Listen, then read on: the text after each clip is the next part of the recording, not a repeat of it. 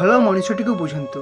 ଭଲ ମଣିଷଟିକୁ ଭୁଲ ବୁଝୁଥିବା ମଣିଷ ଭବିଷ୍ୟତରେ ବହୁତ ପସ୍ତାଏ, କାରଣ ଯେତେବେଳେ ଠିକ୍ ବୁଝିବା ଆରମ୍ଭ କରେ ସବୁକିଛି ସରିଯାଇଥାଏ।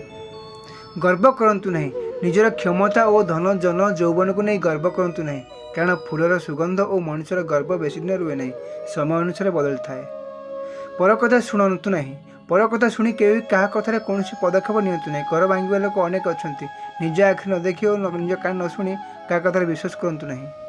ଅନ୍ୟ ଭୁଲଟିକୁ ବୁଝନ୍ତୁ, କାହାକୁ ଭୁଲ ବୁଝିବା ଆଗରୁ ପରିସ୍ଥିତିକୁ ବୁଝିବା ପାଇଁ ଚେଷ୍ଟା କରନ୍ତୁ, କାହିଁକି ନା ମଣିଷ ବେଳେବେଳେ ପରିସ୍ଥିତିରେ ପଡ଼ି ବହୁତ ବଡ଼ ଭୁଲ କରି ବସିଥାଏ। ଆଜି ସୁନ୍ଦର ମନଟିଏ ଦରକାର। ଆଜିର ଦୁନିଆରେ ଗାଡ଼ି, ଟଙ୍କା, ପଇସା, ଗାଡ଼ି ଘୋଡ଼ା ସବୁକିଛି ମିଳିଯିବ। ତୁମ ମନ ବୁଝୁଥିବା ମନଟିଏ ମିଳିବା କଷ୍ଟକର। ଭଗବାନଙ୍କୁ ଡାକ, ସୁନ୍ଦର ମନଟିଏ ଦରକାର।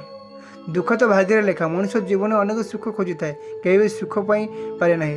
ଦୁଃଖ ଏତେ ଅଳ୍ପ ନେଇଥାଏ, ଦୁଃଖର ଭାଗ୍ୟରେ ଲେଖା ହୋଇଥାଏ।